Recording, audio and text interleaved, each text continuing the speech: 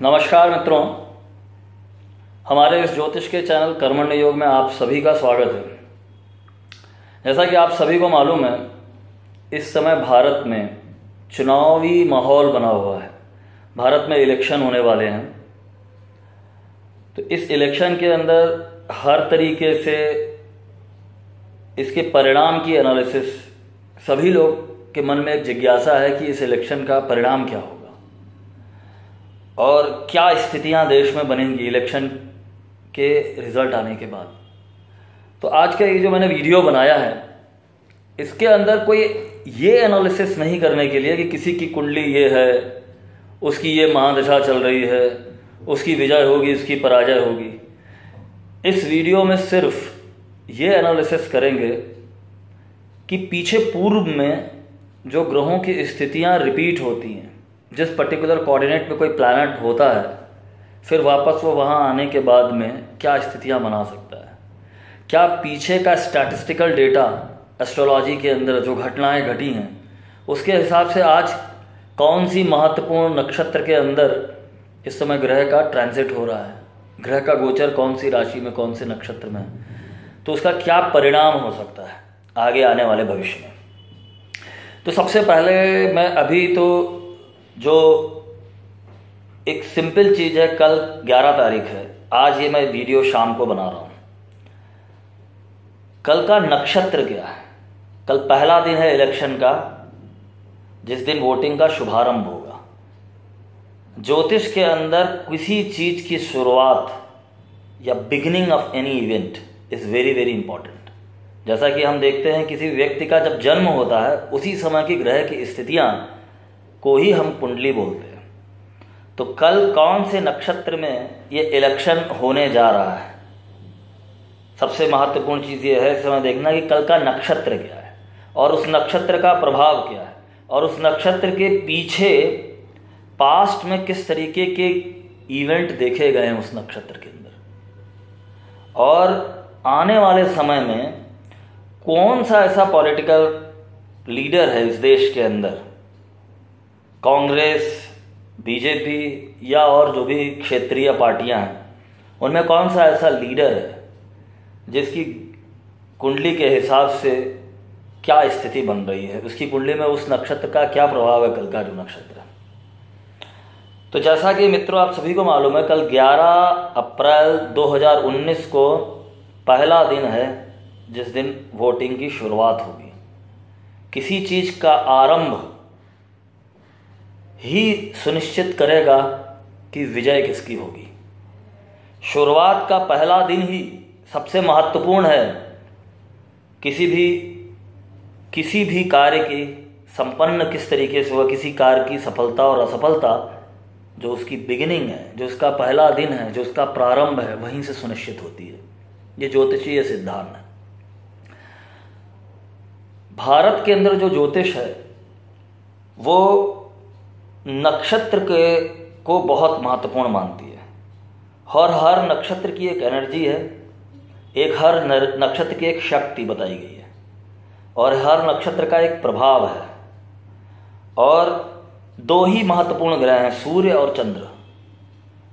सूर्य को आत्मा का कारक माना गया है, उसी तरीके से चंद्रमा मन का कारक है। आत्मा का डे टू डे लाइफ में एज सच इस तरीके का संसार के अंदर कोई उपयोग नहीं है, लेकिन हाँ, चंद्रमा का बहुत ही महत्वपूर्ण स्थान है वैदिक ज्योतिष के अंदर।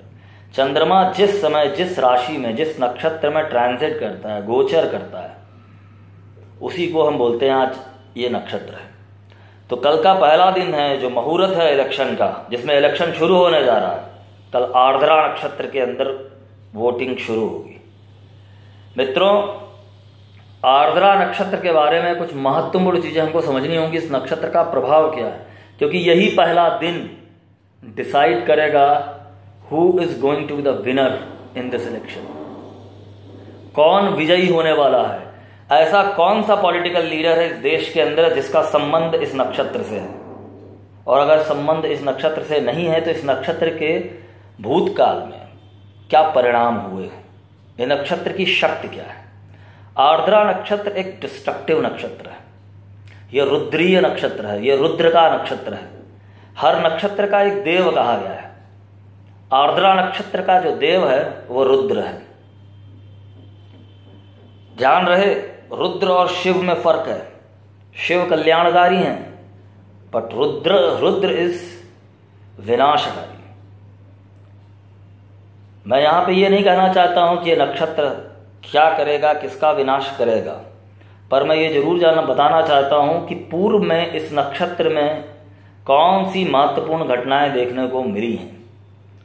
आर्द्रा नक्षत्र एक क्रूएल नक्षत्र है, जिसको पाश्चात्य के अंदर ओरायन कॉन्स्टेलेशन के नाम से भी जाना जाता है, जो आप सीधे होराइजन पे देख सकते हैं, आपको दिखाई दे सकता है। आर्द्रा नक्षत्र मिथुन राशि में पड़ता है। आर्द्रा नक्षत्र मिथुन राशि में 3 नक्षत्र होते हैं, मृगशिरा, आर्द्रा और पुनर्वसु। जैसा कि आप सभी को मालूम है, आज इस समय मृगशिरा नक्षत्र है और कल सुबह तक जब इलेक्शन शुरू होगा तो उस समय पुनर्वसु आर्द्रा नक्षत्र शुरू हो चुका होगा। आर्द्रा नक्षत्र के अंदर मेरा खुद का जो एक्सपीरियंस है, जो मैंने रिसर्च करी है, मैं किसी किताब की पढ़ी हुई बात नहीं बोलता हूँ। बीइंग एज ए एस्ट्रोलॉजर, मैंने अपने पास्ट में जिन कुंडलियों की एनालिसिस करी है, जिन घटनाओं की एनालिसिस करी है, वो तथ्य सिर्फ आपके सामने रखना चाह रहा हूँ। मैं यहाँ पर कोई कुंडली डिस्कस करने नहीं जा रहा हूँ कि इसकी ये कुंडली है, इसका ये फल होगा, मोदी की कुंडली अच्छी है, राहुल की कमजोर है, इस तरीके की कोई एनालिसिस मैं नहीं करने जा रहा हूँ। मैं सिंपली एक नक्षत्र की ऊर्जा क्या प्रभाव जनरेट करती है, मेरा स्वयं का एक्सपीरियंस ये है कि आपके किसी भी व्यक्ति के जीवन के सारे महत्वपूर्ण घटनाएं उसके जन्म नक्षत्र में होती हैं, उसको पता हो या ना पता हो। जीवन और मरण दोनों जातक के जन्म नक्षत्र में ही होता है। मैं एग्जाम्पल देना चाहता हूँ, एक बहुत बड़ा एग्जाम्पल जो मेरी रिसर्च है, जो मैंने देखा है वो एग्जाम्पल। सबसे पहले मैं एग्जाम्पल दूंगा श्रीमती इंदिरा गांधी का। श्रीमती इंदिरा गांधी का जन्म उत्तराषाढ़ा नक्षत्र में हुआ था 19 नवंबर को, ठीक है। उत्तराषाढ़ा नक्षत्र का जो देव है वो विश्वय देव है। उत्तराषाढ़ा का जो ग्रह है जो उसको रूल करता है वो है सूर्य। इंदिरा गांधी उत्तराषाढ़ा नक्षत्र में जन्म ली और जब 1984 में 31 अक्टूबर को सुबह 9:20 पे उनको गोली मारी गई और जब उनकी मृत्यु हुई उस समय भी चंद्रमा उत्तराषाढ़ा नक्षत्र में था। आप कह सकते हैं ये इत्तफाक हो सकता है। अगर ये इत्तफाक है तो यही सेम घटना फिर एक बार और रिपीट होती है, यही इत्तफाक राजीव गांधी की कुंडली में। राजीव गांधी का जन्म उत्तरा फाल्गुनी नक्षत्र में हुआ था और जब उनको श्री पेराम्बदूर के अंदर बम विस्फोट में उनकी हत्या की गई उस दिन भी चंद्रमा उत्तराषाढ़ा नक्षत्र में था। ये तो मैंने 2 आपको ऐसी घटनाएं बताई, ये मैंने आपको 2 ऐसी घटनाएं बताई हैं जो जिनके अंदर एक्सीडेंटल इवेंट हुए हैं। जन्म और मरण दोनों आप देख सकते हैं कि नक्षत्र में होता है। ऐसी कई कुंडलियां मैं आपको बता सकता हूं, लेकिन दूसरी तरफ मैं महत्वपूर्ण और इम्पॉर्टेंट इवेंट भी दिखाना चाहूंगा। स्वामी विवेकानंद का जन्म हस्त नक्षत्र में होता है। ये सब डेटा आपको इंटरनेट पे अवेलेबल है। स्वामी विवेकानंद का जन्म 12 जनवरी 1863 में सुबह 6:40 पे कलकत्ता में हुआ था। उस समय चंद्रमा और शनि दोनों हस्त नक्षत्र में थे। विवेकानंद के जीवन के कई महत्वपूर्ण घटनाएं, उनमें से एक सबसे महत्वपूर्ण घटना उनके जीवन की है जब वो अमेरिका में गए और उन्होंने 11 सितंबर 1893 में जो पहला स्पीच दिया अमेरिका में। यह भी एक इत्तफाक है कि उस दिन भी चंद्रमा हस्त नक्षत्र में था जो उनका जन्म नक्षत्र है। यह कोइंसिडेंट नहीं है। आपको अवेयरनेस हो या ना हो, आपको उसका ज्ञान हो या आप अनभिज्ञ रहें, लेकिन आपके जीवन की सारी महत्वपूर्ण घटनाएं आपके जन्म नक्षत्र में ही होती हैं। जैसा कि मैंने आपको बताया, कल इलेक्शन आर्द्रा नक्षत्र में संपन्न होने जा रहा है। पहला दिन है। आर्द्रा नक्षत्र एक डिस्ट्रक्टिव नक्षत्र है। आर्द्रा एक विध्वंस का नक्षत्र है।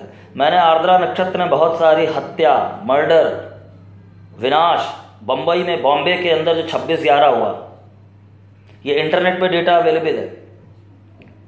जब ये घटना घटी तो उस दिन लग्न की जो डिग्री थी, जो शाम को 8 बजे ये घटना घटी, वो लग्न जो थी मिथुन लग्न में हुआ ये, और उस समय लग्न की डिग्री आर्द्रा नक्षत्र में थी।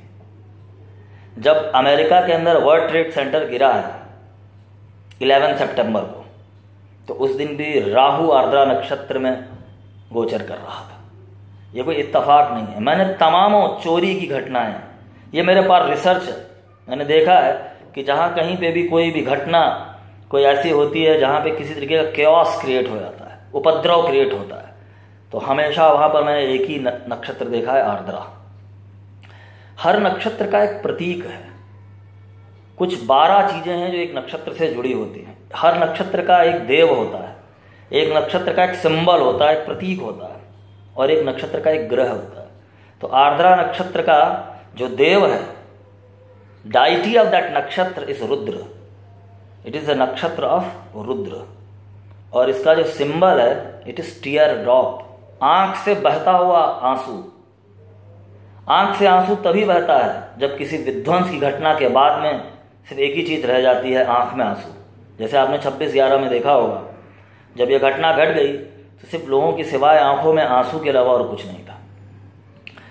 तो कल जो आर्द्रा नक्षत्र के अंदर जो घटना घटने जा रही है, जिसे हम सभी देखेंगे, जिसे शुरुआत है। दूसरा एक चीज इसमें सबसे महत्वपूर्ण देखिए है कि जो व्यक्ति जिस नक्षत्र की ऊर्जा से संचालित होता है, वो वैसे ही लोगों के साथ में उसका गैदरिंग होता है और उसी तरीके के उसको विचार आते हैं। क्योंकि ज्योतिष का एक सबसे बड़ा सिद्धांत है, ज्योतिष भाग्य की एनालिसिस नहीं है, ज्योतिष कर्म की एनालिसिस है। कर्म जन्म लेता है विचार से, विचार का कारक ज्योतिष में चंद्रमा है और कर्म का अधिष्ठाता शनि है। हर कर्म के पीछे एक विचार है। Every action is preceded by some thought. आप कोई भी काम करते हो तो सबसे पहले आपको विचार आता है, ये करें। विचार का कारक चंद्रमा और कर्म का अधिष्ठाता, कर्म का कारक शनि। तो जिस दिन मैंने देखा ये महागठबंधन, जिसको मोदी जी कहते हैं महाठगबंधन,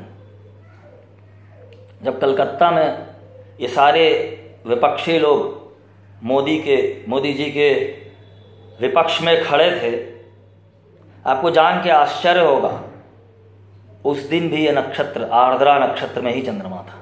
कलकत्ता में अरविंद केजरीवाल, ममता बनर्जी, अखिलेश यादव, शत्रुघ्न सिन्हा, और आपको जान के आश्चर्य होगा इन सभी की कुंडलियों में कोई ना कोई मुख्य ग्रह आर्द्रा नक्षत्र में है। तो आप ये जानिए, ये नक्षत्र एक प्रमुख नक्षत्र है डिस्गाइज का, झूठ का, फरेब का। तो कहीं ना कहीं पे मुझे इस नक्षत्र की शुरुआत से ऐसा लगता है कहीं ना कहीं पे कोई षड्यंत्र इस देश में चल रहा है, और आप सामने देख सकते हैं। मैं इसका एक बहुत बड़ा एग्जाम्पल आपको देना चाहूंगा। जब भारत देश आजाद हुआ 15 अगस्त 1947 में, तो रात में 12 बजे की कुंडली बनाई जाती है, जिनको सारे ज्योतिषी लोग भारत की कुंडली कह करके देखते हैं। उस दिन भी अगर आप गौर से देखें तो भारत की कुंडली जो बनाई जाती है वो वृषभ लग्न की है। भारत की कुंडली वृषभ लग्न की है, और उस वृषभ लग्न के अंदर जो द्वितीय भाव होता है वो आपके घर का होता है, परिवार का होता है, कुटुंब का होता है, जिसके अंदर मंगल आर्द्रा नक्षत्र में। मंगल ऐसे ही एक क्रूअल प्लैनेट है और आर्द्रा एक क्रूअल नक्षत्र है। हम सभी को ज्ञात है जिस समय आज़ादी हुई थी उस समय कितना बड़ा रक्तपात हुआ था देश के अंदर, हजारों लोग मारे गए थे। इससे हम समझ सकते हैं कि आर्द्रा नक्षत्र की एनर्जी कितनी डिस्ट्रक्टिव हो सकती है। और मजे की बात यह है कि जिसकी शुरुआत होती है आर्द्रा नक्षत्र से इलेक्शन की, और जब इलेक्शन 23 तारीख को खत्म हो रहा होगा मई में, तो उस समय मंगल आर्द्रा नक्षत्र में होगा। मंगल आर्द्रा नक्षत्र, मैंने आपको बताया मंगल एक बहुत ही क्रूअल प्लैनेट है, एक क्रूर ग्रह है। क्रूर ग्रह का आर्द्रा नक्षत्र में होना किस चीज का संकेत है? यह हमें ध्यान देना होगा। यहाँ पे मैं किसी ज्योतिषी या किसी कुंडली की एनालिसिस नहीं कर रहा हूँ, मैं कोई चीज़ बता रहा हूँ, मैं सिर्फ ये बता रहा हूँ नक्षत्रों का एक महत्वपूर्ण सिद्धांत है। भारत की जो वैदिक ज्योतिष है उसका संपूर्ण जो उसकी आत्मा है वो नक्षत्र के ज्ञान के ऊपर टिकी हुई है। तो मैं सिंपली एक साधारण तरीके से आपको बता रहा हूँ कि चंद्रमा, बहुत बड़ी बड़ी एनालिसिस चल रही है ज्योतिष के अंदर, बहुत सारे एस्ट्रोलॉजर बता रहे हैं, मेरा एक दृष्टिकोण है जो मैं आपके सामने रख रहा हूँ। इस समय जब इलेक्शन शुरू होगा तो उस समय चंद्रमा आर्द्रा नक्षत्र में होगा, और जब इलेक्शन संपन्न होगा तो उस समय चंद्रमा उत्तराषाढ़ा नक्षत्र में होगा। उत्तराषाढ़ा विजय का नक्षत्र है, लेकिन किसकी विजय? Uttarashadha is a complete victory, पर किसकी विजय होगी? निश्चित ही जिस समय जिसकी पराजय होगी उस व्यक्ति के लिए वो दिन बहुत ही मानसिक क्लेश का होगा। जैसा कि हम लोग ज्योतिष के आधार पे जो डे टू डे लाइफ की भविष्यवाणी करते हैं तो उसका एक सिद्धांत यह है कि चंद्रमा आपके मन की अवस्था को बताता है। अगर आपकी कुंडली में चंद्रमा पीड़ित है तो आप मानसिक रूप से कष्ट पाते हैं। तो जिस दिन चंद्रमा का गोचर आपके जन्म राशि और नक्षत्र में होता है और उसी समय कोई मेलेफिक प्लैनेट, कोई पापक ग्रह उसी राशि में होता है, तो जातक के लिए वो दिन बहुत बड़े मानसिक क्लेश का होता है, दुख का होता है, कष्ट का होता है। तो उसके समय ठीक जिस समय 23 तारीख को इलेक्शन संपन्न हो रहे होंगे, जो आखिरी दिन रिजल्ट आएगा, उस दिन उसकी शुरुआत होगी धनु राशि से। उस समय चंद्रमा, शनि और केतु धनु राशि में होंगे। और जैसा कि कुंडली बताई जाती है राहुल गांधी की, मैं नहीं जानता वो कुंडली कहाँ तक सत्य है या उसके अंदर कोई रेक्टिफिकेशन की जरूरत है। अगर राहुल गांधी की कुंडली धनु राशि की है और मूल नक्षत्र में उनका जन्म हुआ है, तो राहुल गांधी के लिए इलेक्शन रिजल्ट का दिन घनघोर कष्ट का होगा, घनघोर दुख का होगा। ऐसा मैं ज्योतिषीय आधार पे जो मेरी समझ है मैं कह सकता हूँ। ये इसके अलावा एक चीज मैं और बताना चाहता हूँ कि जैसा कि आज देश में माहौल बना हुआ है, देश दो भागों में बंट चुका है। बहुत सारे लोग मोदी को क्रिटिसाइज करते हैं, नरेंद्र मोदी ये है, नरेंद्र मोदी वो है।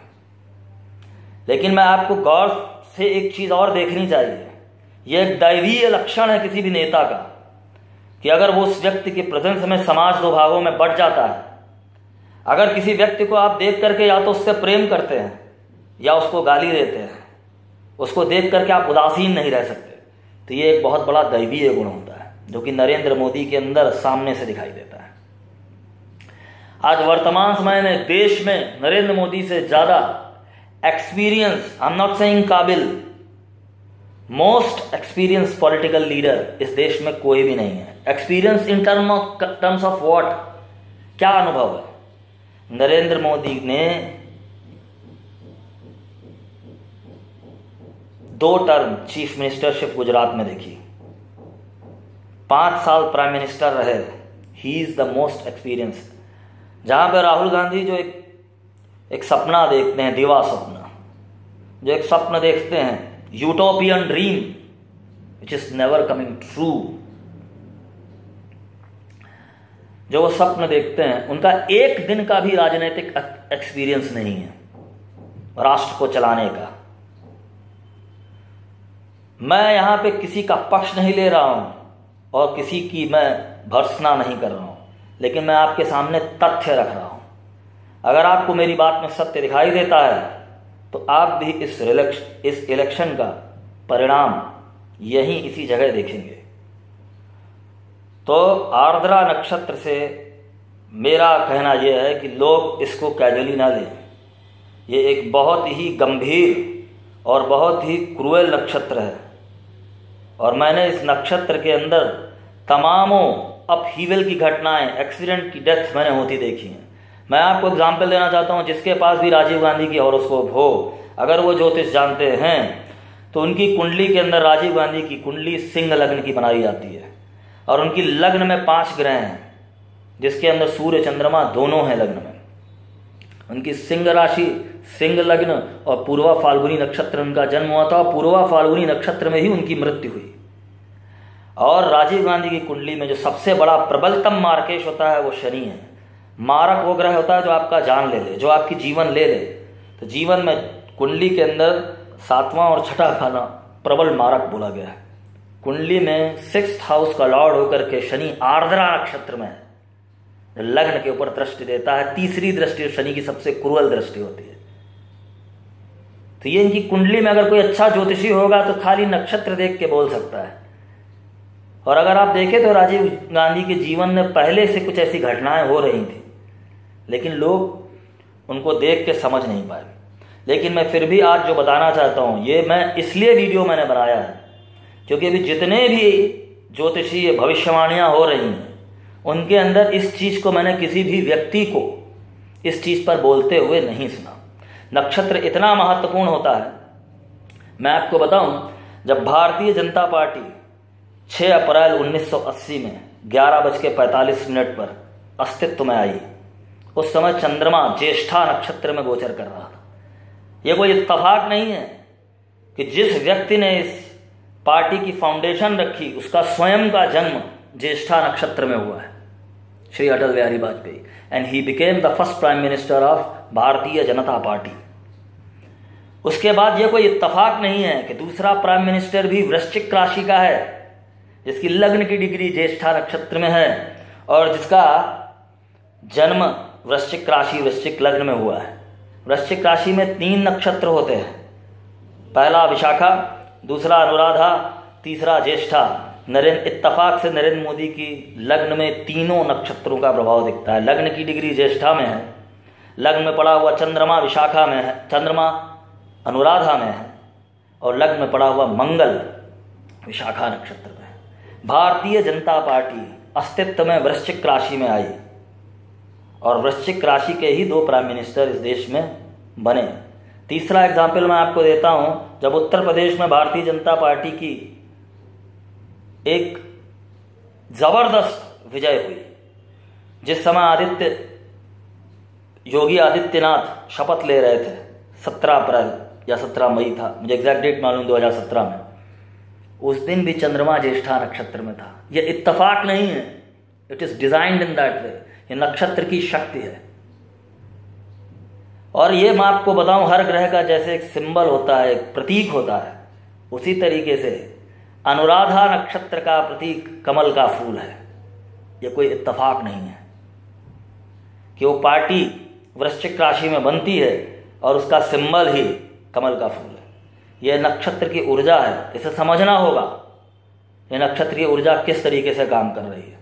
वहीं पे अगर हम कांग्रेस का सिंबल देखें जिसमें हाथ बना हुआ है, हस्त नक्षत्र का सिंबल जो है हाथ होता है। क्या स्थितियां वहां बन रही हूं, नक्षत्र को देखना होगा। ये बहुत ही महत्वपूर्ण है। इस बात के साथ में मैं आपको विचार करने के लिए, मंथन करने के लिए, मैं सारे एस्ट्रोलॉजर को कुछ तथ्य छोड़ करके इस वीडियो का समापन करने जा रहा हूं। मैंने सिर्फ आपके सामने 2-3 तथ्य रखे हैं। नक्षत्र बहुत ही महत्वपूर्ण है। मैंने कोई प्रेडिक्शन नहीं दिया है, मैंने सिर्फ एक तथ्य रखा है जो उस नक्षत्र की ऊर्जा के बारे में आपको बताया है। तो ये इलेक्शन आर्द्रा नक्षत्र में शुरू हो रहा है और आर्द्रा नक्षत्र एक विध्वंस का नक्षत्र है, ये याद रखें मित्रों। इसी के साथ मैं अपनी बात को यहीं पे ख़त्म करूंगा और आपको सोचने के लिए एक विचार दे करके जा रहा हूं। नमो नारायण, नमो नारायण।